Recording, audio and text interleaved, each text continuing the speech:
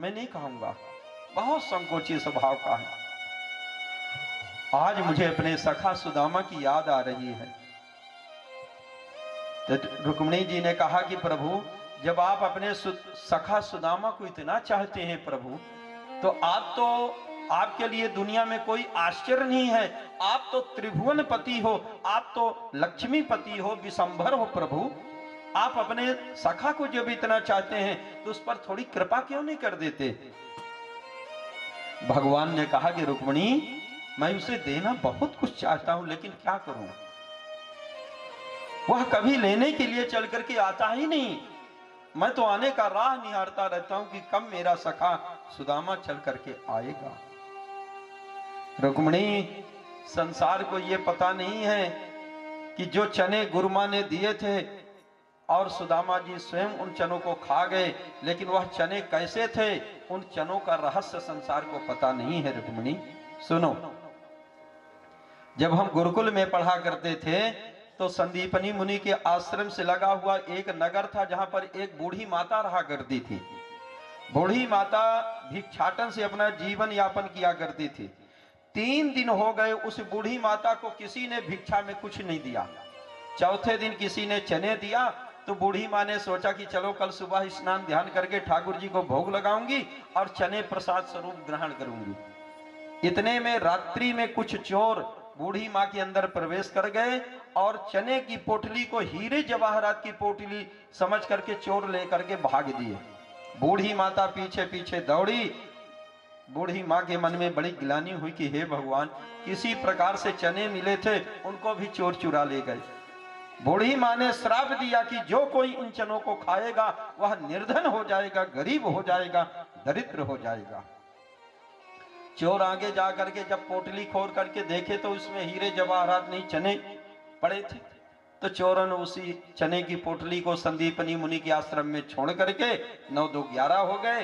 प्रातः काल कृष्ण सुदामा जा रहे थे लकड़ी लेने और गुरु माँ आश्रम में झाड़ू लगा रही थी। तो झाड़ू लगाते चने की पोटली हाथ लगी। तो गुरु माँ ने कहा कि कन्हैया, तुम दोनों सखा जा रहे हो समिधा लेने, तो ये नाश्ता कुछ बना नहीं, इसलिए चने लेते जाओ और दोनों मित्र मिल बांट करके खा लेना। तो सुदामा जी ने जब देखा कि चने हैं तो सुदामा जी दौड़ पड़े और चने की पोटली स्वयं सुदामा जी ने ले लिया। क्यों? क्योंकि सुदामा जी त्रिकालज्ञ ब्राह्मण थे, त्रिकालदर्शी थे। सुदामा जी को भूत भविष्य वर्तमान का सब भान था। तो सुदामा जी समझ गए कि ये तो श्रापित चने हैं और सुदामा जी चने लेकर के गए हैं जंगल में। दोनों सखा जब वृक्ष में मूसलाधार जल वृष्टि होने लगी और वृक्ष में ही डालियों में चढ़ करके रात्रि गुजारी, तो उस समय सुदामा जी को भूख लगी। सुदामा जी ने सोचा कि गुरुमा ने कहा है कि दोनों मित्र मिल बांट करके खाना। तो सुदामा जी ने सोचा कि हे भगवान, अब मैं क्या करूं, ये चने तो श्रापित हैं। यदि मैं अपने त्रिभुवनपति विशंभर को, यदि मैं जगन्नाथ भगवान को यदि चने खिलाऊंगा तो मेरा विशंभर निर्धन हो जाएगा, गरीब हो जाएगा, तो फिर इस संसार का क्या होगा। तो सुदामा जी ने सोचा कि सारे चने हम स्वयं खा लेते हैं, हम निर्धन हो जाएंगे, हम गरीब हो जाएंगे, लेकिन मेरा मित्र यार, मेरा त्रिभुवनपति विशंभर निर्धन नहीं होना चाहिए। और सुदामा जी इन रहस्यों को जानते हुए स्वयं उन चनों को खा गए, लेकिन अपने सखा द्वारिकाधीश प्रभु को सुदामा जी ने बचा लिया। आज वही भगवान कहते हैं कि हे रुक्मिणी, वह मेरा सखा सुदामा ये जानता हुआ स्वयं अपने ऊपर पूरा दोष ले लिया, लेकिन मुझे बचा लिया। आज मुझे अपने सखा की याद आ रही है। रुक्मिणी जी ने कहा कि प्रभु कुछ करिए, कृपा करिए उस ब्राह्मण पर। और जैसे ही इधर सुशीला जी ने कहा कि सुदामा जी से कि जाइए ना आप अपने सखा से मिलने के लिए, तो सुदामा जी ने कहा कि ठीक है सुशीला, तुम कह रही हो तो मैं जाऊंगा, लेकिन सुशीला एक नियम होता है कि मित्र से मिलने के लिए जब जाया जाए तो खाली हाथ नहीं जाना चाहिए। बेटा बनिता पौरिया वैद्य सुमित्र अनाथ, इनके सम्मुख जाइए कभी न खाली हाथ। रिक्त पाणिर न गंतव्यम देव ब्राह्मण सन्निधौ। खाली हाथ नहीं जाना चाहिए।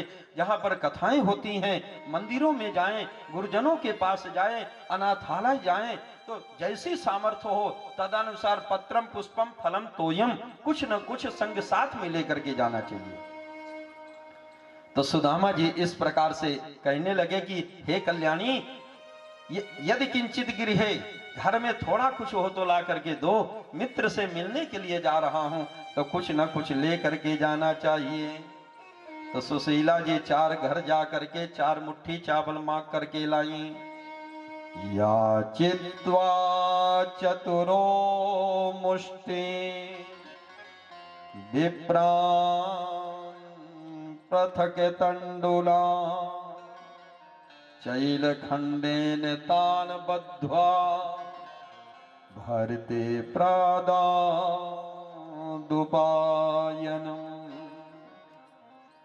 याचित्वा, यहां पर त्वा प्रत्यय है, मतलब याचना करके चतुरो मुष्टीन, 4 मुट्ठी चावल। देखो यहां पर याचित्वा चतुरो मुष्टीन विप्रान पृथक तंडुलाम। संस्कृत में चावल को तंडुल कहा जाता है। एक तो चावल अर्थ भी होता है और पृथक तंडुलान मतलब तंडुल से भूसी छिलका अलग किया हुआ, अर्थात उसका लाई भी अर्थ हो सकता है, लेकिन स्पष्ट जो आया है तंडुल। तंडुल मतलब होता है संस्कृत में चावल। तो इस प्रकार से भेंट स्वरूप चैल खंडेन तान बद्ध्वा। चैल खंड उसे कहा जाता है जैसे फटे पुराने वस्त्र में आप चावल की पोटली बांधिए तो वह चावल न टिके, तो अनेक वस्त्र लपेट करके जो पोटली बनाई जाती है, ऐसी पोटली बांध करके सुदामा जी को दे दिया। सुदामा जी में कुक्षी में दबा करके और आज प्रभु का भगवान नाम संकीर्तन करते हुए चल दिए हैं। चल श्याम सुंदर से मिलने सुदामा, चले श्याम सुंदर, श्याम सुंदर से मिलने सुदामा। कृष्ण गाते चले मन में हरे कृष्ण राम।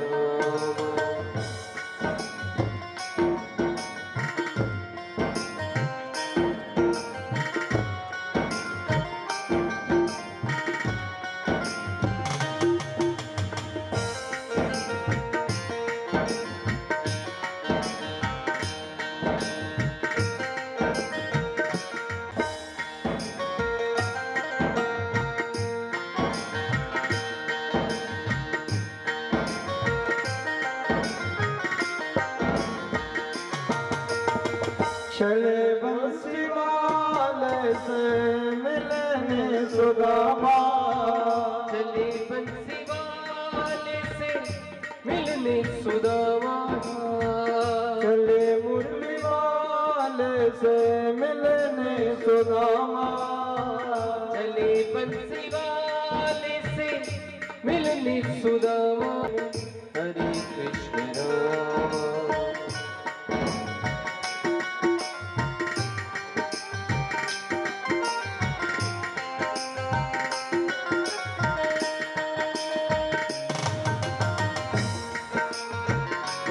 सुदामा, चले मुरली वाले से मिलने सुदामा, चले बंसी वाले से मिलने सुदामा, चले बंसी वाले से मिलने सुदामा।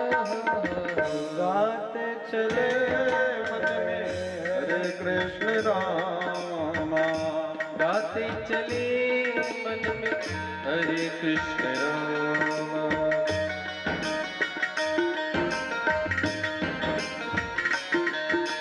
बोल दीनानाथ भगवान की।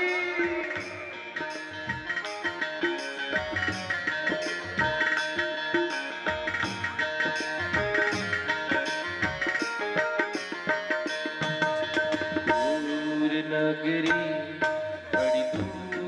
नगरी, दूर नगरी बड़े दूर नगरी, दूर नगरी, बड़ी दूर नगरी, दूर नगरी बड़े दूर नगरी।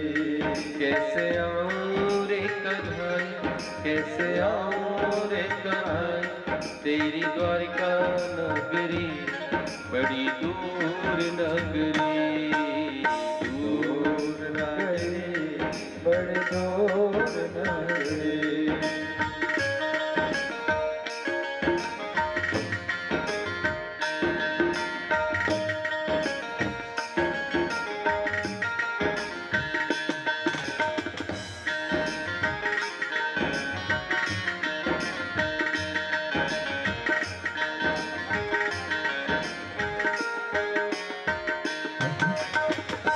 रात को काना डर मोहे लागे, रात को काना डर मोहे लागे, रात को काना डर मोहे लागे, रात को काना डर मोहे लागे। दिन में चलूं तो देखे, दिन में चलो तो देखे द्वारका नगरी, बड़ी दूर नगरी, दूर नगरी बड़ी दूर नगरी।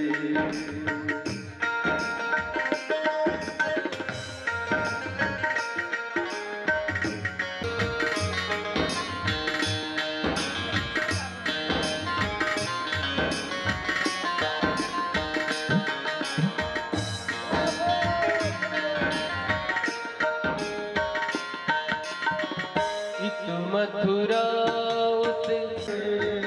इत मथुरा गोकुल नगरी, मथुरा गोकुल नगरी। फॉरेस्ट विभाग से श्री विनोद द्विवेदी जी एवं जनकपुर से ही श्री विनोद तिवारी जी यहाँ पर पधारे हुए हैं एवं हमारे इस क्षेत्र के लोकप्रिय जन से ही 4 मुट्ठी चावल कुक्षी में दबा करके लेकर के चलते हैं। तो आगे प्रभु के भगवन नाम का संकीर्तन करते हुए जा रहे थे। एक सुंदर शीतल वृक्ष की छाया जान करके सोचने लगे कि तनिक थोड़ा सा विश्राम करता हूं, फिर आगे की यात्रा तय करता हूं। तो जैसे ही विश्राम करने लगे तो सुदामा जी की आंखें लग गईं और भगवान उठा करके सुदामा जी को सीधे द्वारिकापुरी पहुंचा दिए। मतलब अभी तक सुदामा जी भगवान के मार्ग में नहीं निकले तो भगवान ने किसी प्रकार से करुणा कृपा नहीं करी, और जब सुदामा जी प्रभु के मार्ग पर निकल पड़े तो मार्ग का पूरा श्रम स्वयं प्रभु वहन करते हैं। ए भैया आप लोग थोड़ा शांति के ऊपर चल दो ना। बोल भक्त वत्सल भगवान की। जिस प्रकार से कोई भी कार्य करने के लिए हमारे मन में एक घबराहट होती है कि कैसे कार्य होगा, तो हमारे ठाकुर जी कहते हैं कि कोई भी काम करने का आप मन बनाइए, संकल्प आप लीजिए और उस संकल्प की पूर्ति हमारे ठाकुर जी करते हैं। जैसे हमारे आदरणीय श्री विष्णुकांत जी कह रहे थे कि महाराज जी आज 7 दिन 8 दिन संपन्न हो गए, बिल्कुल पता ही नहीं चला। पहले तो मन में बड़ी घबराहट हो रही थी कि क्या होगा कैसे होगा, तरह तरह की घबराहट हो रही थी, लेकिन आज कैसे निर्विघ्न पूर्ण हो गया कुछ पता ही नहीं चला। तो ये क्या है, आपका कार्य है कोई भी कार्य करने का केवल संकल्प लेना। आप केवल मन बनाइए, संकल्प लीजिए और उस संकल्प की पूर्ति हमारे ठाकुर जी करते हैं। हम लोग तो कुछ नहीं है, हम आप निमित्त मात्र हैं। ठाकुर जी के बगैर मर्जी से संसार में एक पत्ता भी नहीं हिलता, उन्हीं की कृपा से सब काम होता है। तो इस प्रकार से सुदामा जी जब उठे तो सोचे कि काफी विलंब हो गया हूं, तो आगे एक सज्जन जा रहे थे, सुदामा जी ने पूछ दिया, कहो भैया ये द्वारिकापुरी किधर है? उसने कहा कि पंडित जी आप द्वारकापुरी में तो खड़े हो, सुदामा जी प्रसन्न हो गए। ओ अच्छा, द्वारिकापुरी आ गई। अच्छा भैया एक बात बताओ, द्वारिकापुरी में हमारे कन्हुआ कहाँ रहते हैं? अब सुनने वाला चौंका, महाराज किस कन्हुआ की बातें कर रहे हो? सुदामा जी कहने लगे कि वही जो अब आजकल बहुत बड़ा राजा महाराजा बन करके बैठा है। तो उसने कहा कि वाह, हमारे प्रभु द्वारिकाधीश के विषय में आप पूछ रहे हैं? अरे हमारे प्रभु का नाम लेने से पहले श्री श्री 1008 श्री अनंत श्री विभूषित ऐसे सम्मान के साथ मेरे प्रभु का नाम लिया जाता है, ऐसे थोड़े कन्हुआ कह करके संबोधन किया जाता है। तो इस प्रकार से सुदामा जी की धड़कन तेज हो गई। हे भगवान, वो अब आजकल इतना बड़ा राजा महाराजा बन गया है। अरे गुरुकुल में तो हम कन्हुआ कह देते थे तो हमारे कन्हैया नाच उठते थे। और अच्छा भैया तू बता, तेरे महाराज किधर रहते हैं? अब जैसे ही सुखदेव महाप्रभु कहते हैं कि वृक्षित, उसने कहा कि आप आगे जाइए, दाएं से बाएं मुड़ जाइएगा, पहला भवन वही प्रभु श्री द्वारिकाधीश रहते हैं। अब सुदामा जी जैसे ही उस भवन के अंदर जाने लगे तो द्वारपालों ने अंदर जाने से रोक दिया। जैसे ही रोक दें, कहो पंडित जी कहां से आए हैं? अरे भैया तेरे महाराज से मिलने के तय आए हुए हैं। और सुदामा जी द्वारपालों से कह रहे हैं,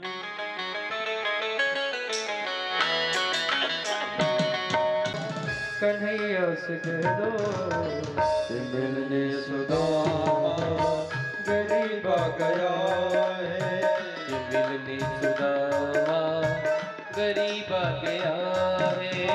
भटकते भटकते न जाने कहां से, भटकते भटकते न जाने कहां से, तुम्हारे महल के करीब आ गया है, तुम्हारे महल करीब आ गया है।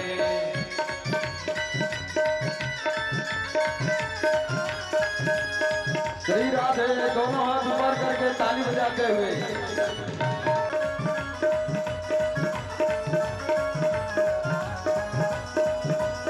भगवान की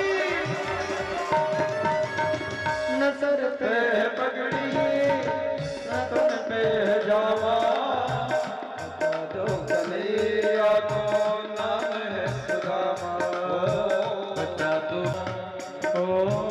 न सर पे है पगड़ी न तन पे है जावा, बता दो कन्हैया को नाम है सुदामा, सर पे है पगजामा, बता दो कन्हैया को नाम है सुदामा हो, बता दो कन्हैया को नाम है सुदामा। एक बार मोहन से जाकर के कह दो,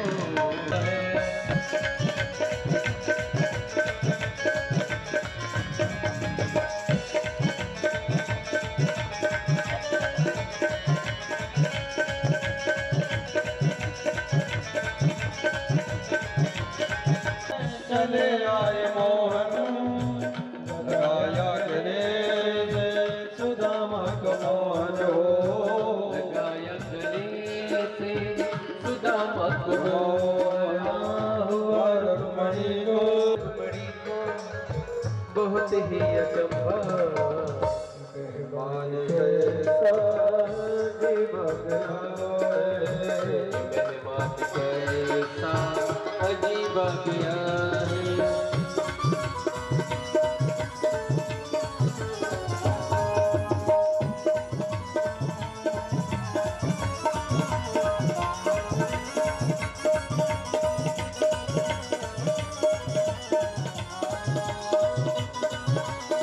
दुलाए हो चरण आंसुओं से शाम ने धुलाए, न घबराओ प्यारे जरा तुम सुदामा, न घबराओ प्यारे जरा तुम सुदामा, खुशी का समा करीब आ गया है, खुशी का समा तेरे करीब आ गया है, खुशी का समा करीब आ गया।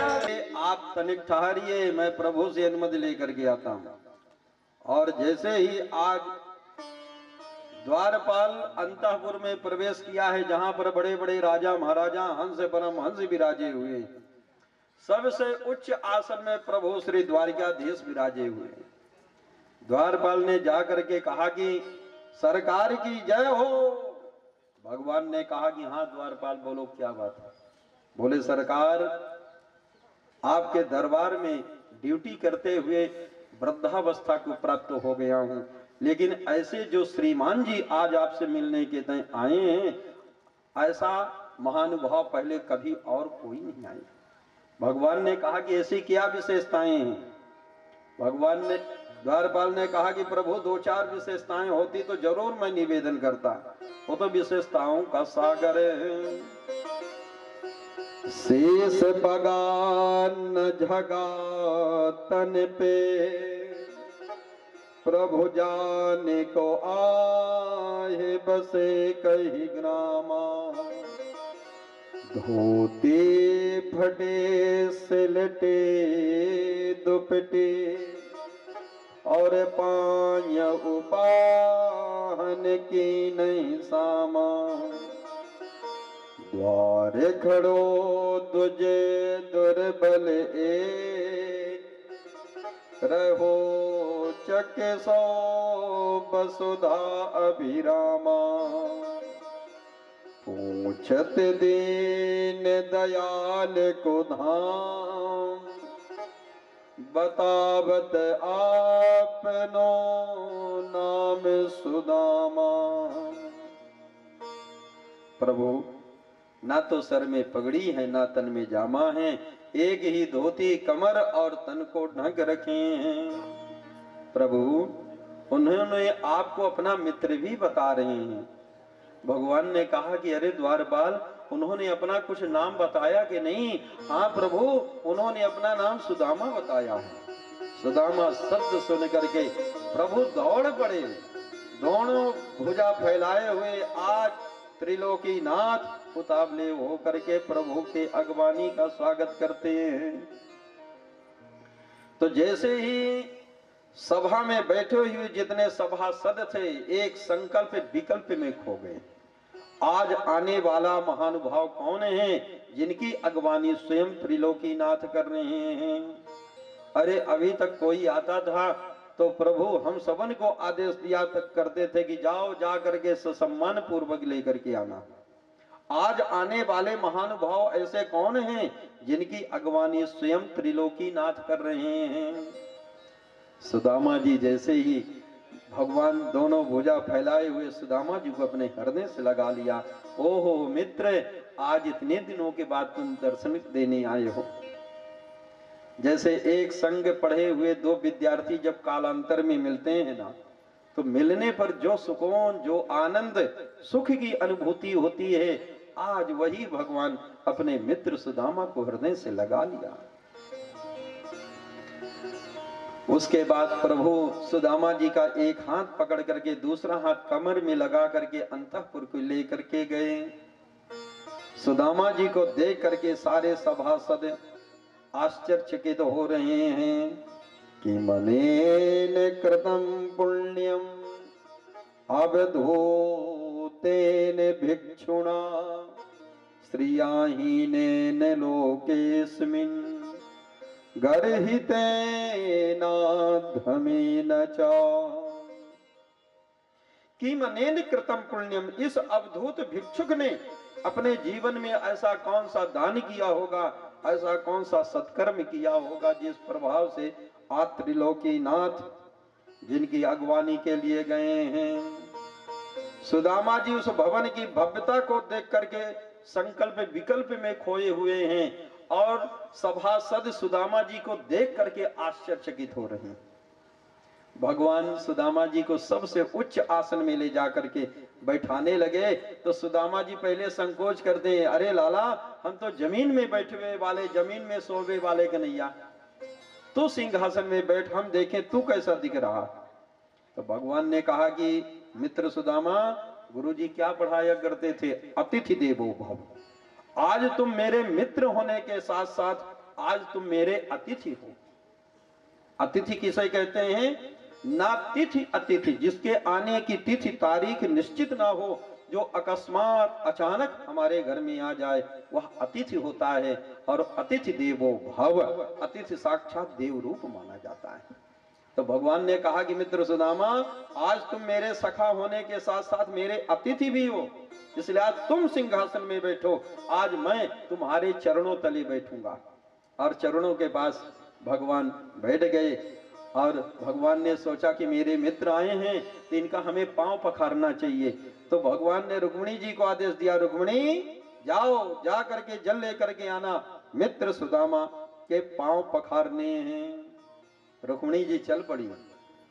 रुक्मिणी जी सोचने लगी कि वाह, अभी तक कोई कार्य हुआ करता था तो प्रभु सेवकों को, दास दासियों को आदेश दिया करते थे, आज मुझ महालक्ष्मी को आदेश दे रहे हैं। इसका मतलब कि ये कोई ऐसे महापुरुष हैं जिनकी सेवा सेवकों के द्वारा नहीं अपितु स्वयं मालिकों को करनी चाहिए। भगवान सुदामा जी के चरणों के पास बैठे हैं। सुदामा जी नंगे पैर चल करके आए हैं। तो सुदामा जी के पैरों में धूली लगी हुई है, कंकड़ चुभे हुए हैं, फफोड़े पड़ गए हैं। तो भगवान ने सोचा कि थोड़ा सा धूल निकाल देते हैं। तो एक रक्त की धारा बहने लगती है। तो भगवान इतने द्रवीभूत हो गए कि अपने अश्रु धाराओं से ही अपने मित्र सुदामा के चरणों को धोने प्रारंभ कर दिए। मतलब भगवान ये बताना चाहते हैं कि मित्र सुदामा, तेरे चरण इतने दिव्य श्रेष्ठ हैं कि तेरे चरणों को धोने के लिए गंगा यमुना का जल भी श्रेष्ठ नहीं है। भाई रुक्मिणी जी गई हैं तो बहुत ज्यादा करेंगी तो गंगा या यमुना का ही तो पानी लेकर के आएंगी। तो गंगा तो हमारे चरणों का धुला हुआ जल है, तो मैं अपने चरणों के धुले हुए जल से अपने मित्र सुदामा के चरणों को कैसे धुलूं? मतलब संसार में श्रेष्ठ जल ही भगवान को नहीं दिखा, इसलिए भगवान ने अपने अस्त्र धाराओं से ही अपने मित्र सुदामा के चरणों को धुल दिए हैं। जैसे ही रुक्मिणी जी चल करके आई, देखी हे भगवान, प्रभु तो इतने द्रवीभूत हैं। देख सुदाम के दीन दशा प्रभु, करुणा करिके करुणा निधि रोए। पानी परात को हाथ छुयो नहीं, नैनन के जल सो पग धोए। प्रभु आज पानी परात का स्पर्श नहीं किया है और अपने अस्त्र धाराओं से ही अपने सखा सुदामा जी के चरणों को धुल दिए। बोल दीन बंधु भगवान की। उसके बाद भगवान ने सुंदर वस्त्र वगैरह अपने सखा सुदामा को धारण कराया, बढ़िया चमकीले चमकीले वस्त्र आदि धारण कराए हैं। राजकुमार जैसे सुदामा जी दिखने लगे। भगवान ने देखा कि मेरा मित्र सुदामा यहाँ सभा में संकोच कर रहा है, तो भगवान अपने मित्र सुदामा को लेकर के जा रहे हैं जहां पर दूध के फेन के समान सुकोमल सैया जो बिछी है, जहां पर कृष्ण, सुदामा, कन्हैया और रुक्मिणी जी के सिवाय कोई तीसरा प्रवेश नहीं करता था। आज उस कक्ष में प्रभु लेकर के गए हैं। सुदामा जी को बढ़िया बिस्तर में लिटा दिए और भगवान धीरे धीरे चरण सेवा करने लगे। तो जब चरण दबाने लगे तो रुक्मिणी जी खड़ी हो करके अपने आंचल से, पल्लू से हवा करना प्रारंभ कर दी। रुक्मिणी जी ने सोचा कि हमें भी कुछ सेवा करना चाहिए, जब प्रभु ही चरण सेवा कर रहे हैं। लक्ष्मी नहीं, लक्ष्मी पति स्वयं चरण दबा रहे हैं और लक्ष्मी मैया स्वयं पंखा कर रही हैं। इतिहास में सुदामा को जो भगवान ने सौभाग्य प्रदान किया है, आज के पहले इतिहास में किसी और को यह सौभाग्य प्राप्त नहीं हुआ। बोल दीन बंधु भगवान की, श्री दीनानाथ भगवान की। उसके बाद मित्र सुदामा के संग कृष्ण सुदामा, रुक्मिणी रमण भगवान विराजमान हुए। अब दोनों मित्र परस्पर बातें करने लगे। कृष्ण सुदामा, कन्हैया सुदामा जी से बात करते हैं, पूछने लगे, अपि ब्रह्मण गुरुकुलात् भवता लब्ध दक्षिणा, समावृत्तेन धर्मज्ञा भारी ओढ़ा सादृशी नवा। भगवान ने सुदामा जी से पूछा, कहो मित्र सुदामा, एक बात बताओ, अपि ब्रह्मण गुरुकुलात भवता लब्ध दक्षिणा। गुरुकुल में गुरु जी को गुरु दक्षिणा देने के बाद जब तुम अपने घर को गए हो तो तुमने शादी ब्याह कुछ किया कि नहीं? अरे समावृत्तेन धर्मज्ञा भार्योढ़ सादृशी नवा। आपके अनुकूल मेरी भाभी श्री आपको मिली कि नहीं? तो सुदामा जी ने कहा कि लाला, दुनिया की बातें पूछने को छोड़ करके शादी ब्याह की ही बातें पूछने को सूझ रही हैं। तो भगवान ने कहा कि हाँ मित्र, मुझे इस बात की चिंता है, क्योंकि मैं गुरुकुल में जब तुझसे कभी हास परिहास किया करता था कि सुदामा तू कैसी कन्या के साथ ब्याह करेगा, तो शादी ब्याह का नाम सुन करके तू नाराज हो जाया करता था। तो मुझे इस बात की चिंता है कि कहीं अभी भी तो तू बाबा बन करके तो नहीं घूम रहा है।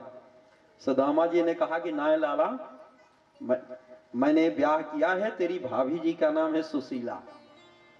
जैसा सुशीला जी का नाम है उसी प्रकार से सुंदर सुशील गुण स्वभाव वाली तेरी भाभी जी हैं। लाला, तेरी भाभी जी ने ही यहाँ पर मिलने के लिए भेजा। भगवान ने कहा कि अच्छा अच्छा, तुम अपने से नहीं आए हो, भाभी जी के भेजे गए हो। तो देखो, जैसे एक संग पढ़े हुए दो विद्यार्थी जब कालांतर में मिलते हैं तो एक शब्द कह करके हंसने लगते हैं, क्योंकि उनको पूरा प्रसंग याद आ जाता। और तीसरे लोग जो खड़े रहते हैं उनको कुछ पल्ले नहीं पड़ता। तो रुक्मिणी जी खड़ी हैं, रुक्मिणी जी सोचती कि हे भगवान, रुक्मिणी जी को कुछ पल्ले नहीं पड़ रहा। और ये दोनों मित्र परस्पर बात करके हंसने लगते हैं। फिर सुदामा जी ने कहा कि लाला, तुझे वह दिन याद है जब गुरु माँ ने हम दोनों को समिधा लेने के लिए, लकड़ी लेने के लिए जंगल भेजा था?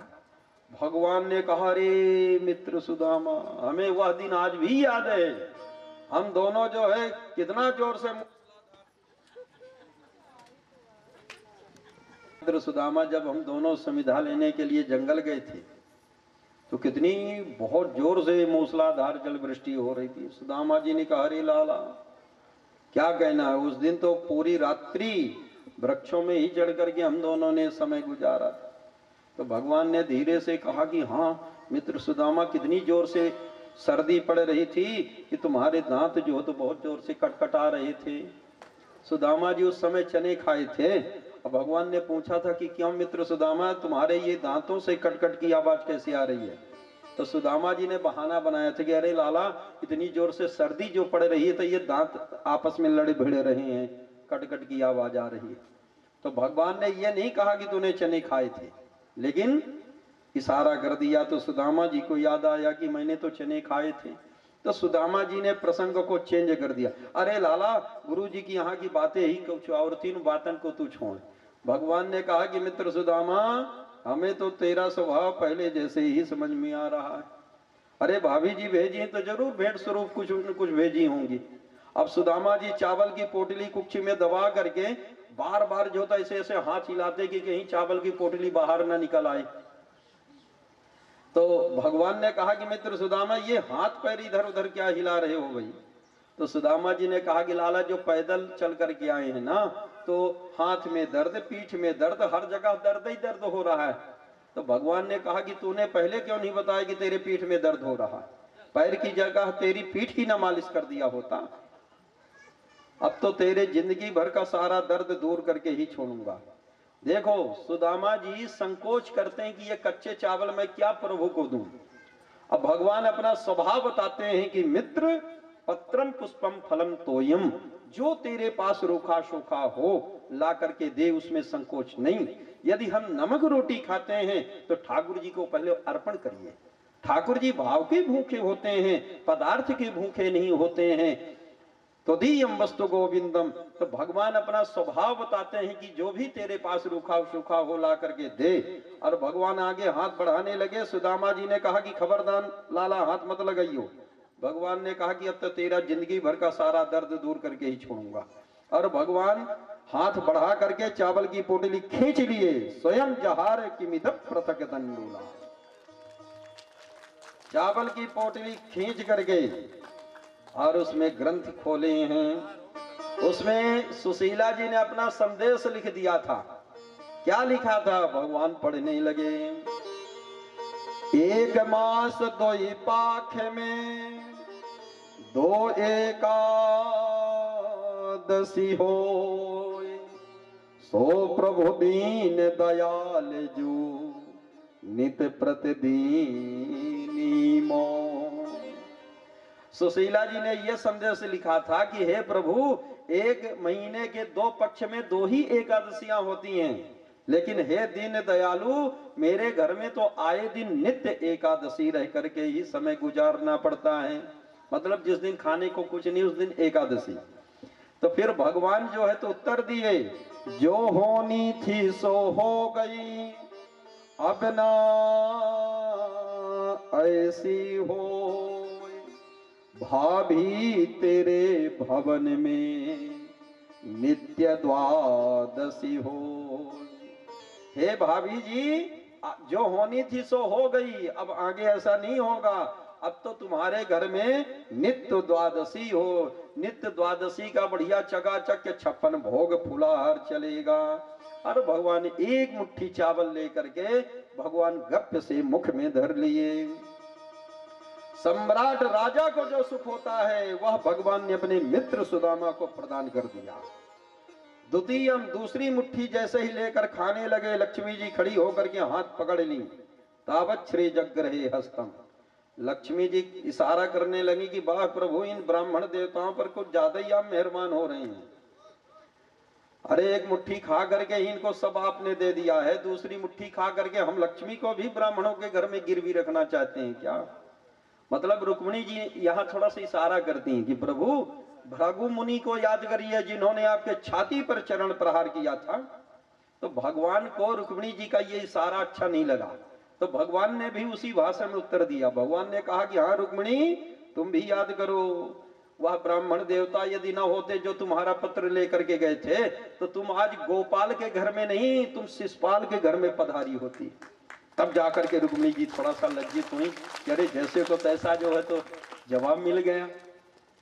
इस प्रकार से भगवान ने एक मुट्ठी चावल, नरोत्तम कवि ने 2 मुट्ठी चावल खाने की बात लिखी, लेकिन भागवतकार यहाँ पर केवल 1 मुट्ठी चावल खाने की बात करते हैं। और जो सम्राट राजा को सुख होता है वह भगवान ने अपने मित्र सुदामा को, जैसे द्वारिकापुरी है ना, उसी प्रकार से सुदामापुरी का प्रभु ने निर्माण कर दिया।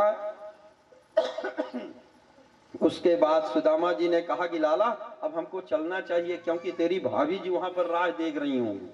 भगवान ने कहा ठीक है, जैसी तुम्हारी मर्जी भाई। तो सुदामा जी ने सोचा कि ये स्वागत सम्मान तो खूब कर दिया, लेकिन देने लेने की बातें ही लगता है भूल गए हैं कन्हैया, तो चलो हम ही याद दिला देते हैं। तो सुदामा जी कहने लगे कि कन्हैया, अब हम जा रहे हैं तो कुछ भूल तो नहीं रहे हैं, कहना ये चाहते हैं कि कुछ भाभी जी को देना तो नहीं है, लेकिन स्पष्ट नहीं कर पा रहे हैं। तो भगवान ने कहा, सुदामा जी ने कहा कि अरे लाला, कुछ भाभी जी को कुछ कहना तो नहीं है। तो भगवान ने कहा कि हाँ, मेरे तरफ से राम राम कह देना और मेरे परिवार की तरफ से सीताराम कह देना। सुदामा जी समझ गए कि अब ये देवे वाला नहीं, और सुदामा जी चल करके निकल गए आगे। भगवान जो है तो विदा करते हैं, सुदामा जी मन ही हुए हैं और जा रहे हैं। तो सुदामा जी ने सोचा कि चलो एक बार और याद दिला दे, हो सकता कि याद आ जाए। तो पीछे मुड़कर कहने लगे कि कन्हैया ये देखो। तो भगवान ने कहा कि हाँ याद आ गया है मित्र, इधर आओ, वापस आओ। अब सुदामा जी को लगा कि अब ये जरूर देंगे। तो भगवान ने कहा कि मैंने जब दूर से आपको देखा तो आप राजकुमार जैसे दिख रहे हो, तो एक काम करो, मेरे इन वस्त्रों को यहीं पर खोल करके उतारते जाओ। भगवान ने वस्त्र वापस ले लिए और कहे कि जाओ मित्र सुदामा, अब कोई दिक्कत नहीं। सुदामा जी समझ गए कि अब ये देवी बाला ना आए, ये तो जो वस्त्र पहनने के लिए मिले थे उन वस्त्रों को भी उसने जो तो छीन लिया। इस प्रकार से जो है सुखदेव महाप्रभु कहते हैं कि परीक्षित, आज भगवान ने प्रत्यक्ष में कुछ नहीं दिया, लेकिन परोक्ष में प्रभु ने अपने मित्र सुदामा को सर्वस्व दे दिया। करते रहना चाहिए। सुदामा जी गए हैं और वहां पर बढ़िया सुंदर जो है सुशीला जी ने खूब सुंदर स्वागत किया है। इस प्रकार से आज वरदान मांगते हैं कि प्रभु मेरी ये जिंदगी जब तक रहे सरकार, तो आपकी करुणा, आपकी कृपा हमेशा बनी रहे। सुदामा जी बड़ी सुंदर दिव्य स्तुति गाते हैं। मांगा है मैंने श्याम से वरदान एक ही, वरदान एक ही, तेरी कृपा बनी रहे जब तक है जिंदगी। मांगा है मैंने श्याम से वरदान एक ही, वरदान एक ही, तेरी कृपा बनी रहे जब तक है जिंदगी। ओ तेरी कृपा बनी रहे। मीठी मीठी तालियों से सेवा करते हुए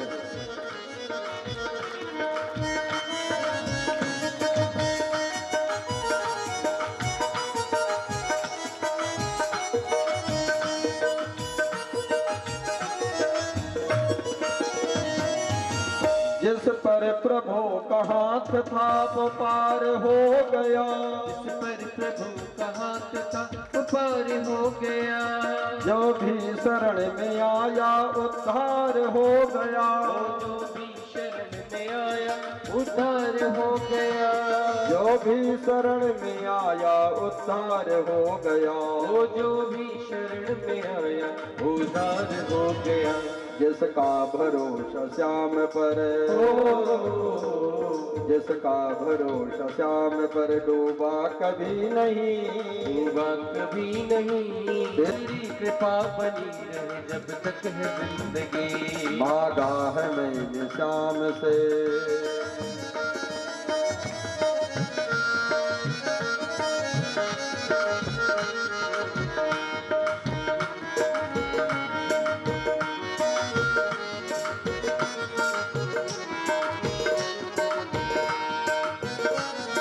इजाजत के बिना पत्ता हिले नहीं, पत्ता हिले नहीं, तेरी कृपा बनी रहे जब तक है जिंदगी। ओ तेरी कृपा बनी रहे जब तक है जिंदगी।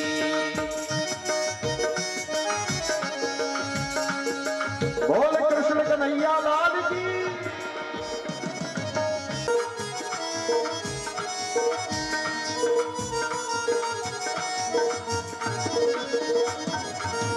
ऐसे दयालु श्याम से रिश्ता बनाइए, ऐसे दयालु श्याम से रिश्ता बनाइए, मिलता रहेगा आपको जो कुछ भी चाहिए, ओ मिलता रहेगा आपको जो कुछ भी चाहिए, मिलता रहेगा आपको जो कुछ भी चाहिए, ओ मिलता रहेगा आपको जो कुछ भी चाहिए। ऐसा करिश्मा होगा, ऐसा करिश्मा होगा जो हुआ कभी नहीं, हुआ कभी नहीं, तेरी कृपा बनी रहे जब तक है जिंदगी। ओ तेरी कृपा बनी रहे जब तक है जिंदगी।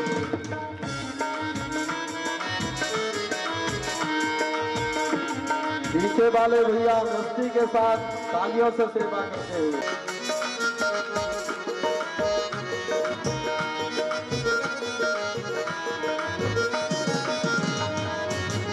कहते हैं लोग किस्मत बनाना भी मगर उसके ही हाथ है, किस्मत बनाना भी मगर उसके भी हाथ है, किस्मत बनाना भी मगर उसके ही हाथ है, ओ किस्मत बनाना भी मगर उसके ही हाथ है।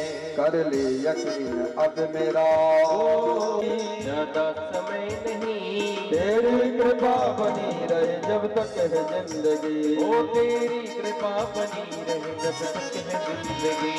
मांगा है मैंने श्याम से वरदान एक ही, वरदान एक ही, तेरी कृपा लीजिए। मांगा है मैंने श्याम से वरदान एक ही, वरदान एक ही, तेरी कृपा बनी रहे, तेरी कृपा बनी रहे जब तक है जिंदगी, तेरी कृपा बनी रहे जब तक है जिंदगी। बोल भक्त वत्सल भगवान की। केवल 5-7 मिनट के विनाश के लिए भी बीजारोपण करते हैं। जहां पर दुर्वासा ऋषि का श्राप इत लंघित मर्यादाम तक्षका सप्तमी हनि जनिष्यति भो मंदा मुस्लिम कुलनाशनम।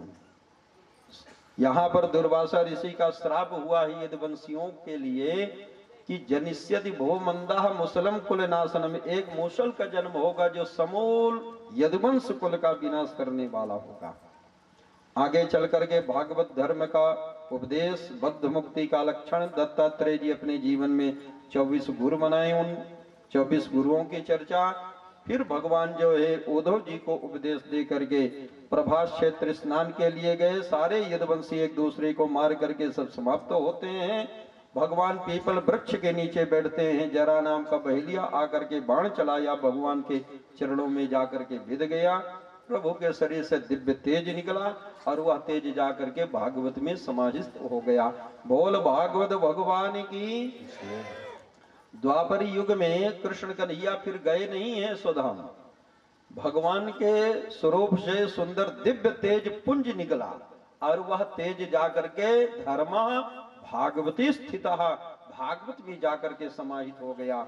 मतलब आज हम इस कली काल में यदि भागवत भगवान की कथा श्रवण करते हैं तो साक्षात कृष्ण उपासना करने का पुण्य प्राप्त होता है। ये भगवान का वांगमय शब्द विग्रह स्वरूप है प्रभु का। उसी दिन से कलयुग का शुभारंभ होता है। कलयुग की आयु 4,32,000 है। द्वापर का 8,64,000, त्रेता का 12,96,000 है। 2 का गुणा करते जाइए तो अन्य युगों का भी उसी प्रकार से आता जाता है। तो अभी कलयुग 4,32,000, जिसमें कलयुग व्यतीत कितने हुए हैं? अभी कलयुग का 5,125 वर्ष गत कली हुए हैं। कलयुगे कलि प्रथम चरण, अभी कलयुग का पहला चरण है। 4 चरण होंगे। कलयुग में 3 चीजों का खूब प्रचार होगा: झूठ, लूट और झूठ। कलयुग में जो जितना अधिक से अधिक झूठ बोल लेगा वही समाज का सबसे बड़ा सत्यवादी, समाज सेवक, परम हितैषी माना जाएगा। कलयुग में जो जितना लूट लेगा वही समाज का सबसे बड़ा धनाढ्य, टाटा बिरला बनेगा। और झूठ, कलयुग में जो जितना एक दूसरे का जूठन खा लेगा वही समाज सेवक मान्य होगा। आजकल देखिए हमारे रीवा पंचमठ आश्रम के संस्थापक पूज्य स्वामी ऋषि कुमार जी महाराज श्री थे, तो कहा करते थे कि अब आजकल गिद्ध नजर नहीं आते हैं, क्योंकि आजकल गिद्ध भोज चालू हो गया। ये बफर क्या है? ये गिद्ध भोज। पहले गिद्ध हुआ करते थे, अब आजकल गिद्ध नजर नहीं आते क्योंकि मनुष्य ही गिद्धवत होता जा रहा है। तो आजकल तो भैया जो है तो ये जूठन का प्रचलन समाज में चल पड़ा है। दिखावा, प्रदर्शन समाज में देखिए। जबकि हमारे यहाँ भोजन के लिए आचार विचार की इतनी शुद्धता बताई गई है कि एक आसन में बैठ करके पिता पुत्र को भोजन नहीं करना चाहिए। और तो छुआछूत अपनी जगह है। कोई ही वैज्ञानिक, कोई भी उच्च श्रेणी के डॉक्टरों से सलाह लिया जाए तो जिस प्रकार से कोविड के समय काल में हर प्रकार से परहेज लोग किया करते थे, वही शास्त्रों में जो तो परहेज की परंपरा बताई गई थी। क्योंकि आचारः परमो धर्मः, आचार विचार जो है तो प्रथम होता है, जिसमें अन्य जाति नहीं, पिता पुत्र एक साथ बैठ करके भोजन नहीं करना चाहिए। शास्त्र का ये निर्देश है। क्योंकि बहुत सारे ऐसे संक्रामक कीटाणु होते हैं, संक्रामक बीमारियां होती हैं जो परस्पर एक दूसरे से फैलती हैं। तो आगे चल करके कलयुग का प्रभाव समझिएगा। एक सामान्य पिता, एक किसान पिता 4 पुत्रों को डॉक्टर, इंजीनियर, कलेक्टर और कमिश्नर बना देगा, लेकिन वही 4 सामर्थ्यवान पुत्र एक वृद्ध माता पिता को संतुष्ट नहीं कर पाएंगे। यही कलयुग का प्रत्यक्ष प्रभाव देखने को मिलेगा। और देख लीजिए, एक सामान्य किसान पिता जितने भी बच्चे होते सबको पढ़ा लिखा करके पैरों में खड़ा कर देता, लेकिन वही सामर्थ्यवान बेटा फिर एक माता पिता को संतुष्ट नहीं कर पाते हैं। ये कलयुग का प्रभाव देखने को प्राप्त होगा। कलयुग में धीरे धीरे लोगों की हाइट कम होती जाएगी। एक चकौड़ा पेड़ होता है, चकौड़े के समान जो है तो लोग होते जाएंगे। 10-15 वर्ष की आयु लोग जीवन, धीरे धीरे आयु घटती जाएगी कलयुग का जैसे जैसे प्रभाव बढ़ता जाएगा।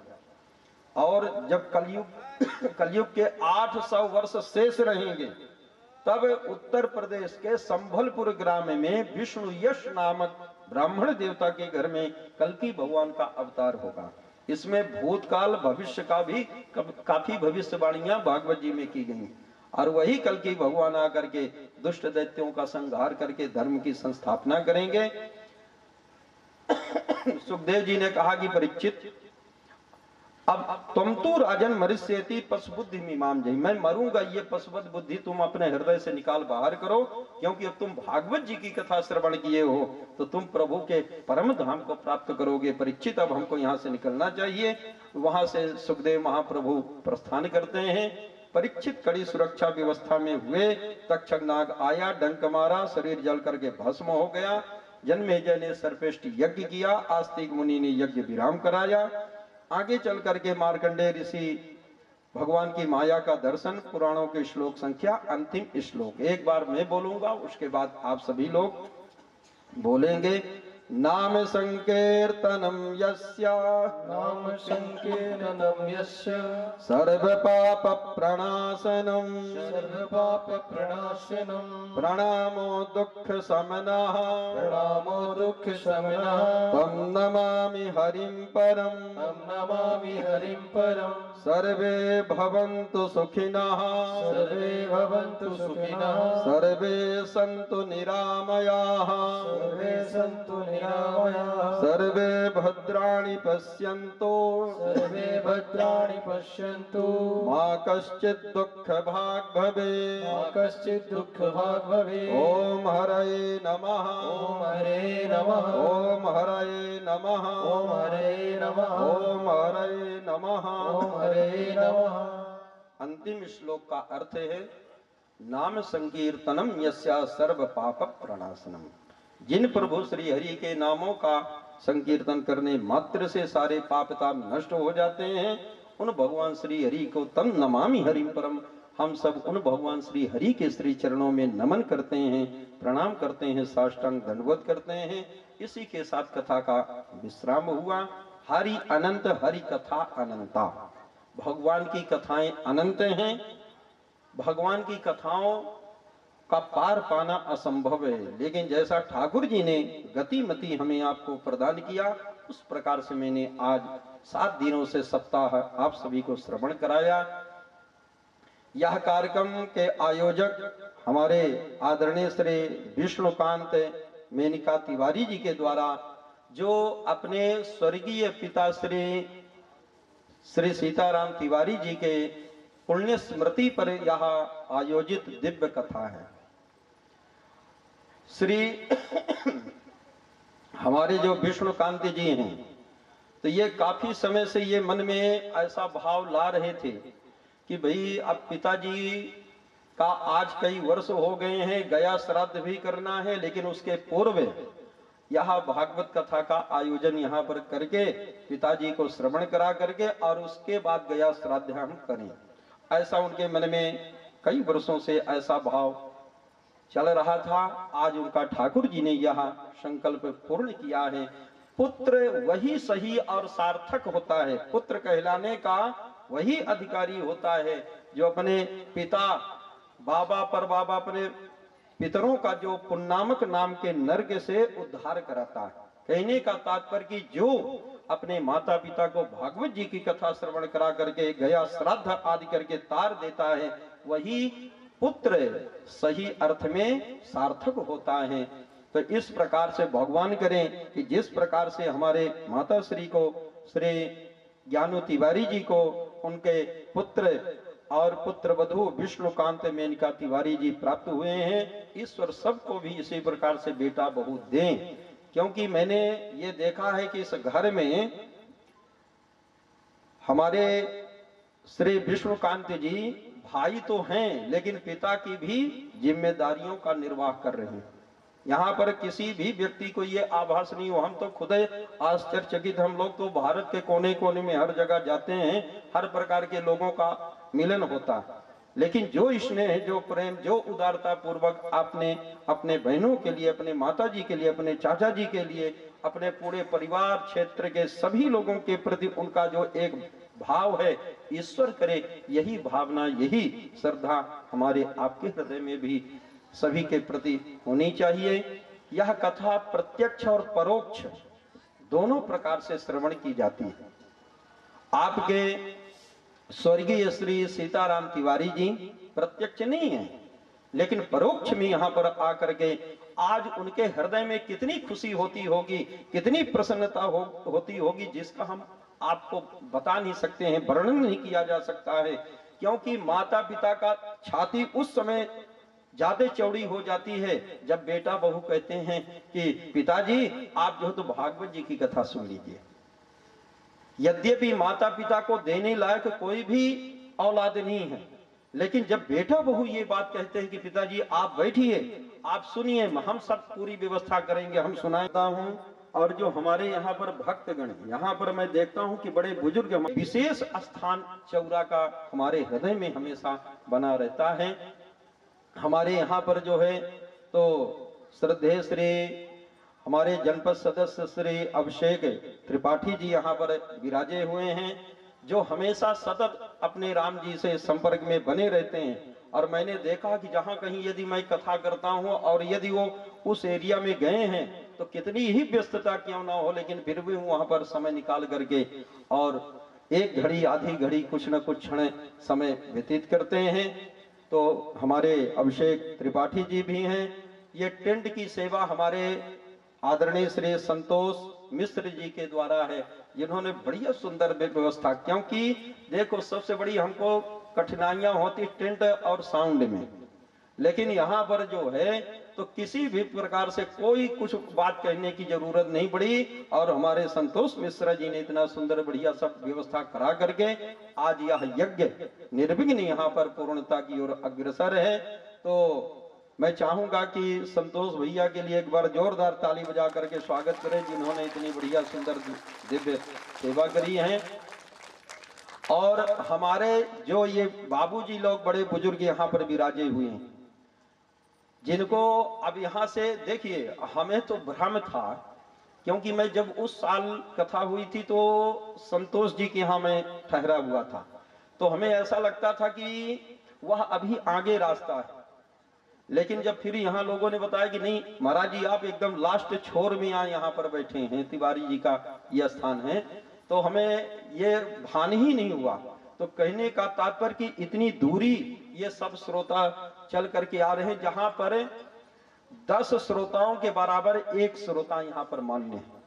और यहाँ से जाने में भी लोगों को काफी कठिनाइयों का सामना करना पड़ता है। वही अंधकार युक्त रात्रियां हैं, लेकिन फिर भी हमारे बड़े बुजुर्ग बाबूजी लोग सब यहाँ पर पधारे हुए हैं। तो मैं अपने समस्त श्रोता बंधुओं के लिए मंगलमय की कल्याण की कामना करता हूँ। और ये मैं स्पष्ट करना चाहता हूँ, कई लोग चर्चा कर रहे थे महाराज जी कथा के लिए, तो भैया मैं केवल ये कहना चाहता हूँ कि देखिए भागवत जी कोई एक व्यापार का विषय नहीं है, आप ये भाव का विषय है। जब कभी भी आपको सुनना हो या अपने वृद्ध माता पिता को श्रवण कराना है तो ये जरूर है कि 2-4 माह पहले से संपर्क करेंगे, तब जा करके वह डेट संभव हो पाती है, क्योंकि अपने राम जी के कार्यक्रम सब आगे निश्चित होते हैं। तो जब कभी भी आप चाहेंगे, ये कोई नहीं है कि आप इतने लाख रुपए देंगे तब जा करके कथा होगी, क्योंकि भागवत कोई जो है तो व्यापार का विषय नहीं है, ये भाव का विषय है। इसलिए जो आपकी श्रद्धा, जो आपका बजट हो, उसके अनुसार आप कार्य करेंगे और मैं सहर्ष आपको समय देने के लिए तैयार रहूंगा जब कभी भी आप लोग चाहेंगे। यहाँ पर हमारे श्री वीरेंद्र मिश्र जी भी विराजे हुए हैं, जो काफी व्यस्तताएं, देखिए सब लोगों के पास बहुत सारा कार्य, लेकिन हम देखें कि वीरेंद्र जी जो है तो पूरा जब से हम आए हैं ऐसा कोई दिन नहीं हुआ, पूरा सुबह से एकदम रात्रि पर्यंत, जैसे स्वयं जो तो घर के प्रमुख मुखिया बन करके संरक्षक रूप में, हमारे विष्णुकांत जी के संरक्षक रूप में बन करके यहाँ पर अपना समय सहयोग प्रदान किए हैं। इसलिए मैं सबके मंगलमय की कामना करता हूँ। अब आइए अंतिम भागवत जी की पूजा, तो पूजन के लिए हमारे परीक्षित महोदय, श्रोता बंधु एवं श्री विष्णुकांत मेनका तिवारी जी जहां भी हों, भागवत जी की अंतिम पूजा होने जा रही है। उसके पश्चात विदाई समारोह का कार्यक्रम और दिन का कार्य, और उसके बाद आरती प्रसाद लेकर के अपने स्थान को प्रस्थान करेंगे। बोल कृष्ण कन्हैया लाल की। तेरे एहसान का बदला चुकाया नहीं सकता, तेरे एहसान का बदला चुकाया नहीं सकता, तेरे एहसान का बदला चुकाया जा नहीं सकता। करम ऐसा किया भगवान, करम ऐसा किया भगवान, राया जा नहीं सकता, तेरे एहसान का बदला चुकाया जा नहीं सकता।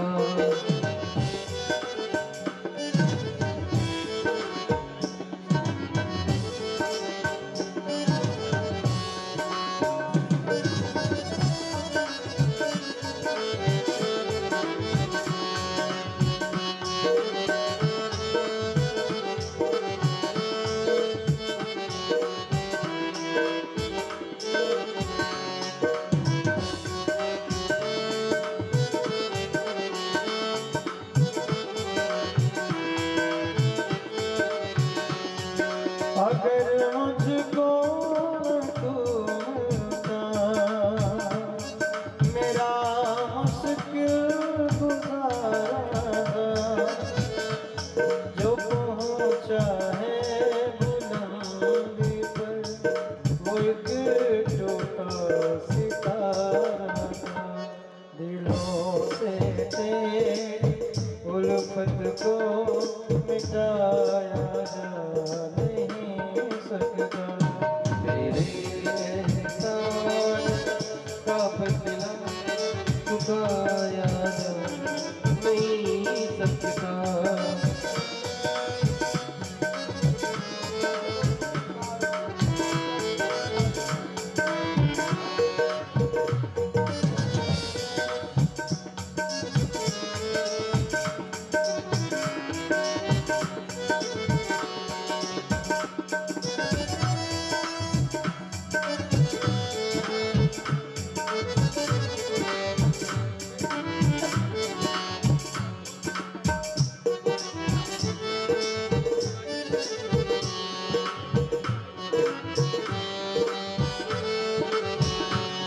तेरी हर सांस पे दाता, भलक अधिकार मेरा है, मिला जो भी मिला तुमसे, क्या मेरा है क्या तेरा है, दिलों से तेरी उल्फत को मिटाया जा नहीं सकता, तेरे एहसान का बदला चुकाया जा नहीं सकता।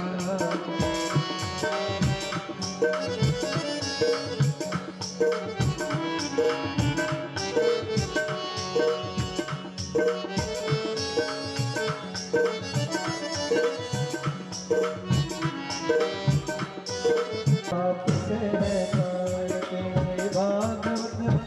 मन की है आरती, पापियों को पाप से नकारती, ये अमर ग्रंथ ये मुक्ति पंथ ये पंचम वेद निराला, नव ज्योत जगाने वाला, ये अमर ग्रंथ ये मुक्ति पंथ ये पंचम वेद निराला, नव ज्योति जगाने वाला, हरि नाम यही हरि ध्यान यही, हरि नाम यही हरि ध्यान यही, जगत के मंगल की आरती, पापियों को पाप से है तारती, श्री भागवत भगवान की है आरती, पापियों को पाप से है तारती, ये शांति गीत पावन पुनीत पापों को मिटाने वाला, हरि दर्श